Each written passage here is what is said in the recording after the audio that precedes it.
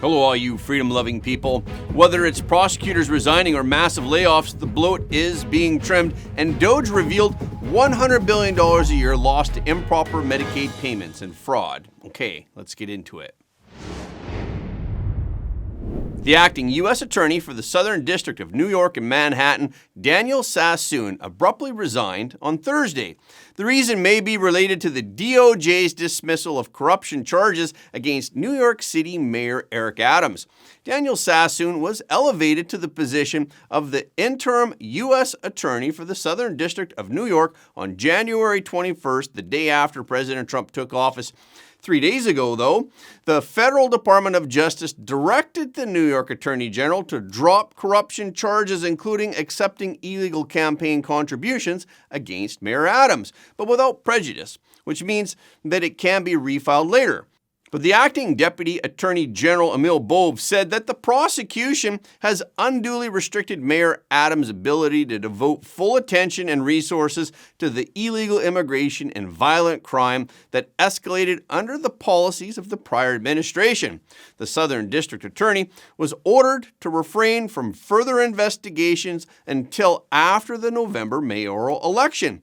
Bove also said, "There shall be no further targeting of Mayor Adams or additional investigative steps prior to that review, and you are further directed to take all steps within your power to cause Mayor Adams' security clearances to be restored." This matter should be reviewed by whoever will become the U.S. Attorney for the Southern District of New York after New York City's mayoral election in the fall of 2025. Bove also said that the timing of the charges threatened the case's integrity because they came after Adams criticized former President Biden's immigration policies. But Sassoon countered that the investigation into Adams began a year before the immigration crisis, and she said that the allegations were backed by solid evidence. Recently confirmed Pam Bondi told reporters that she had not spoken to Sassoon and that Bove had. Bondi said that the case should be dropped. "I did not know that it had not been dropped yet, and I'll certainly look into that." According to NBC News, at least 6 prosecutors resigned in protest on Thursday. NBC News reported John Keller, the acting head of the Public Integrity Section, refused to drop the case and resigned. 3 other members of the section also resigned.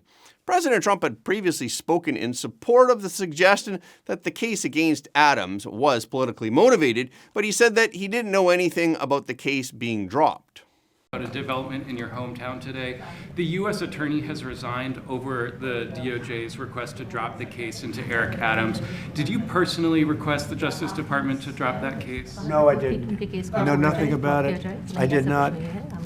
I think that just to answer your other question, we're just going to get along well. We're going to get along with all countries. We're going to do very well. We're going to be doing, I think, record business. The south side of New York's reputation for being insulated from the political winds of Washington, D.C. is so entrenched that it has been dubbed the sovereign borough. Speaking via video at the World Government Summit in Dubai, Elon Musk said that reform is needed in all agencies without exception. He said, "I think we do need to delete entire agencies as opposed to leaving a lot of them behind." He compared the uncontrolled waste of funds in government operations to weeds in a garden. He said, "It's kind of like a weed. If you don't remove the root of the weed, then it's easy for the weed to grow back. But if you remove the roots of the weed, it doesn't stop weeds from ever going back, but it makes it harder." According to Musk, the multitude of unelected bureaucrats are neither bound by the voters' ballot, nor do they care about the voters' interests.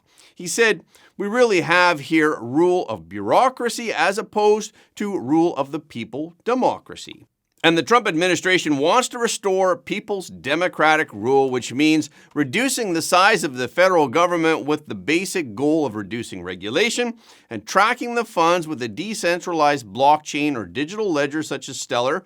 Musk also said, So we have to really delete entire agencies, many of them, and that's not to say there won't be an increase over time of bureaucracy in some new administration, but it will be from a much lower baseline, so certainly it's a step in the right direction. Musk says that DOGE is like running a company, and he compares it to his downsizing of Twitter. Musk acquired Twitter, now known as X, in 2022 for $44 billion.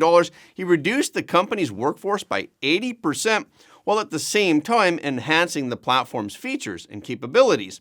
That's why President Trump called him a successful businessman. President Trump said it's like a corporate turnaround, but at a much larger scale. Musk has posed the question, how many agencies do you really need to run a country? 99? Not 450, that's for sure. So how bad is waste in U.S. government agencies? President Trump on Thursday cited several examples of DOGE's latest findings. Since 2003, there have been $2.7 trillion in improper payments, meaning payments that went to the wrong people or payments that shouldn't have been made. According to the Economic Policy Center, very respected, in 2024 there was an estimated $162 billion in improper payments. Earned income tax credit, this is having to do with earned income tax credit, it was $15.9 billion. Having to do with food stamps, improper, $10.5 billion in improper payments. Restaurant Revitalization Fund, $8.7 billion. Supplemental security income, $6.5 billion. This is all bad stuff, bad payments, fraud, largely fraud.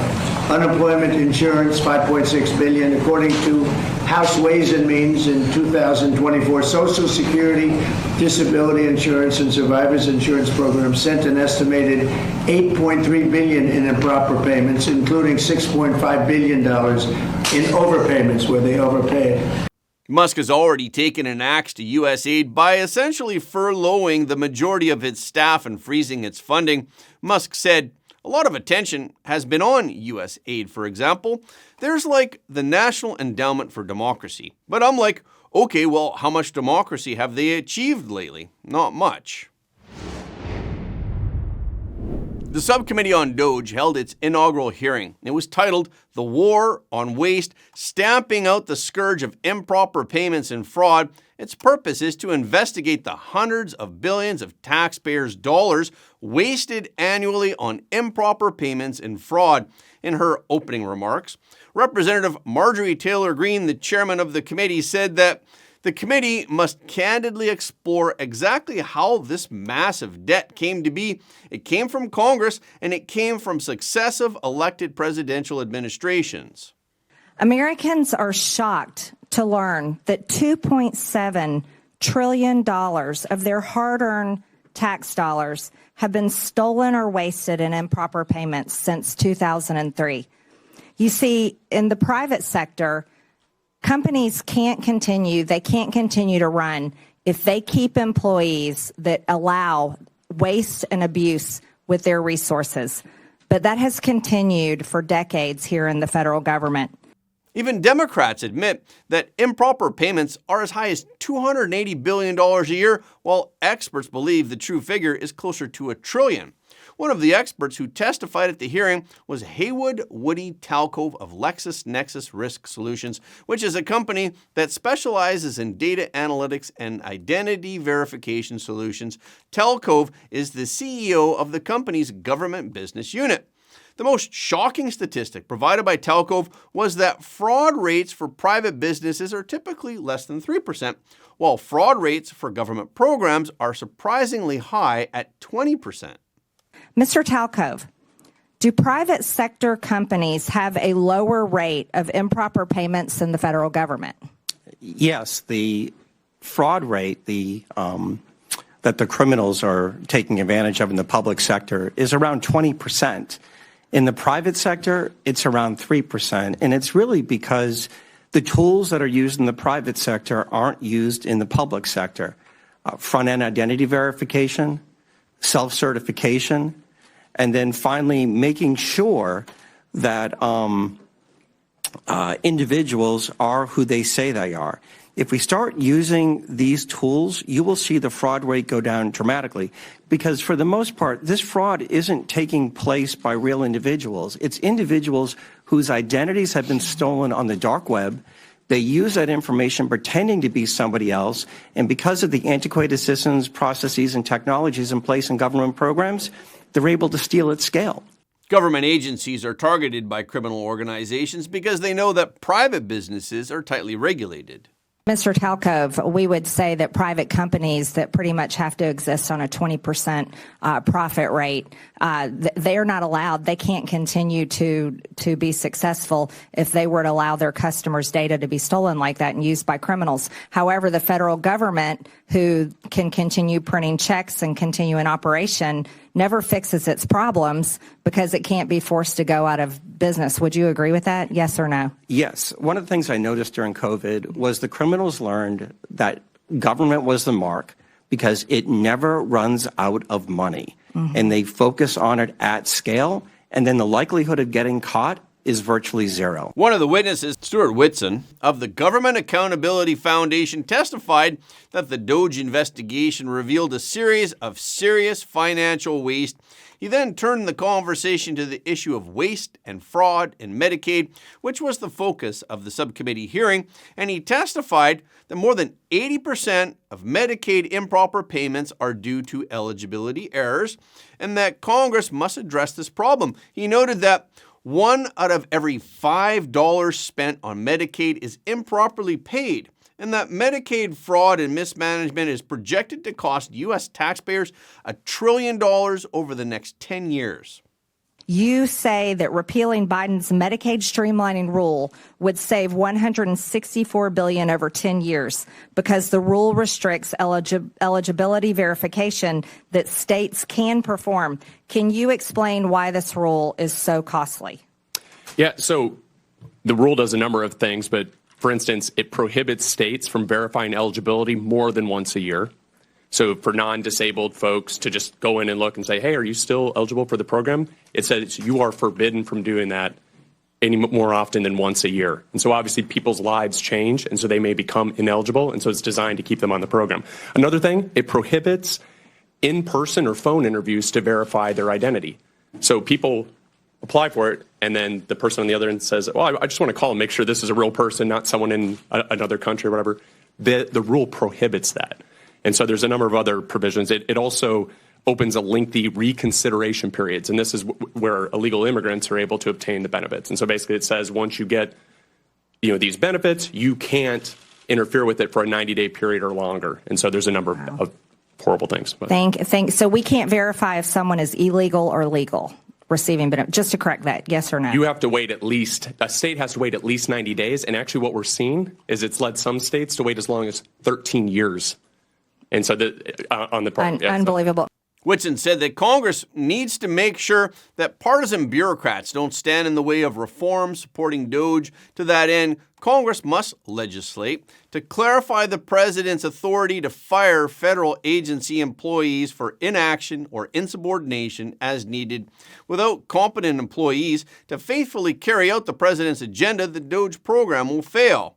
In another part of the hearing, Representative Eric Burleson, a Missouri Republican, played an archived video showing speeches by former President Bill Clinton in 1997 and Barack Obama in 2011, promising to cut federal employees and close hundreds of government offices outside Washington. Speaking in 2011 about his administration's campaign to cut waste, Barack Obama said that it's entirely appropriate for the government and its agencies to systematically eliminate waste, large and small.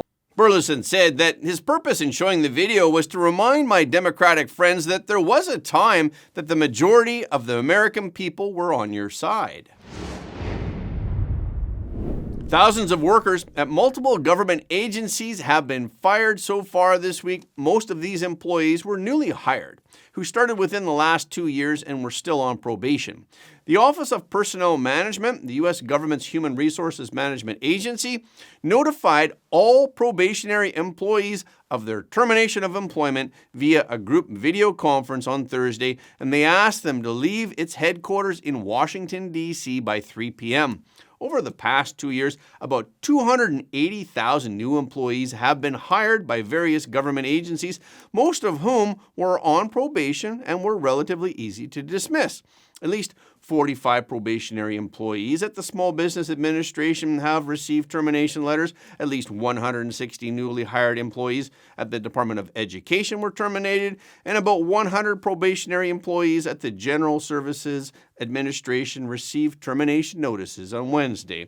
A spokesman for the Office of Personnel Management said that the round of layoffs is consistent with the new federal government policies. The Trump administration is encouraging organizations to view the probationary period as an important part of the hiring process rather than a guaranteed period that automatically results in a permanent position. Meanwhile, other U.S. federal workers were expected to see another round of pink slips today. To date, Musk has sent DOGE teams into at least 16 federal agencies, including the IRS, in order to obtain and analyze personnel and financial data from these departments and to optimize organizational structure and improve operational efficiency.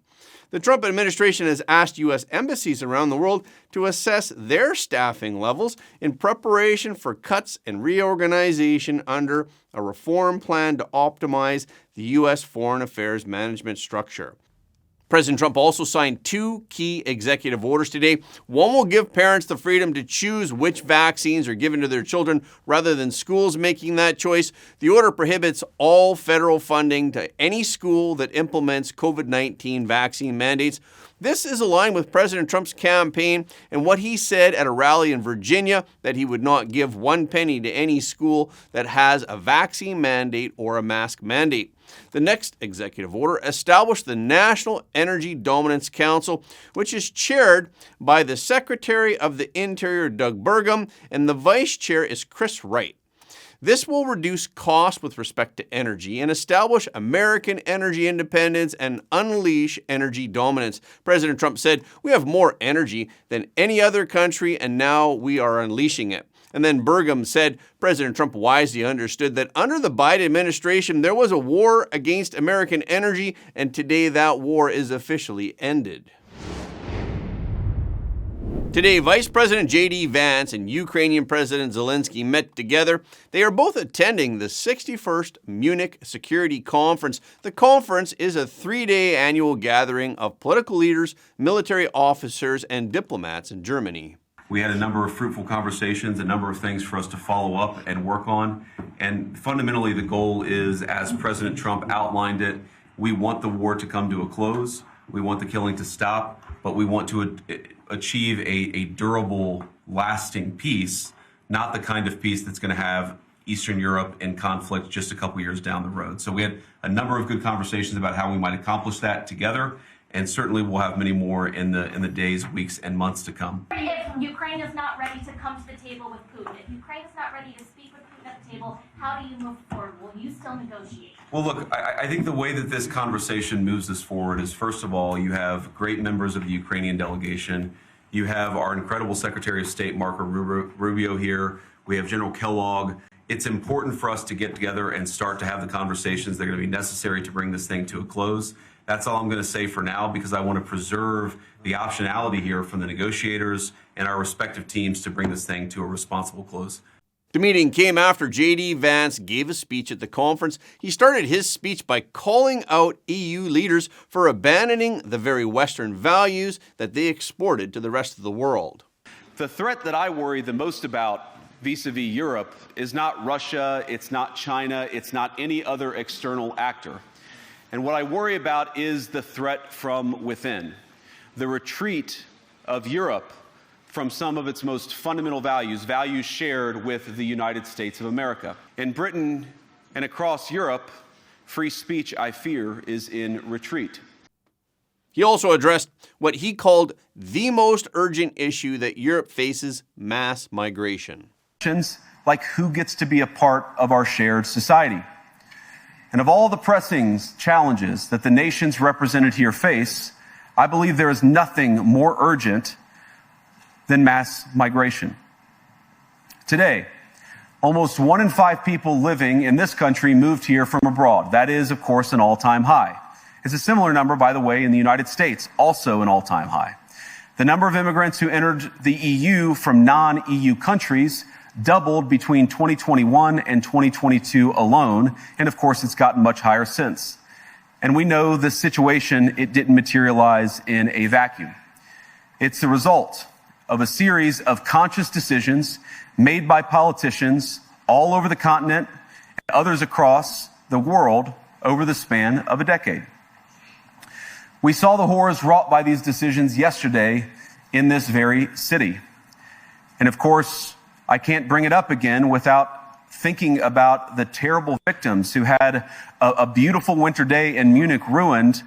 Our thoughts and prayers are with them and will remain with them. But why did this happen in the first place? It's a terrible story, but it's one we've heard way too many times in Europe and unfortunately too many times in the United States as well. And that's a wrap for this episode. Thank you so much for your support of Front Page. Please remember that every like, comment, and share helps more people to see the truth. If you haven't already, please subscribe. And if you have already subscribed, we thank you, but please double check to make sure that you're still subscribed, because some of our audience have reported that they're somehow unsubscribed without their knowledge. We've also heard that some of you don't get notifications of our videos anymore on YouTube. So when you do subscribe on YouTube, please make sure to tap the notification bell as well. Okay, this is our show for today. Thank you so much for tuning in. If you like what you heard today, please don't forget to like this video and share it with your friends and family, because everybody deserves to know the truth.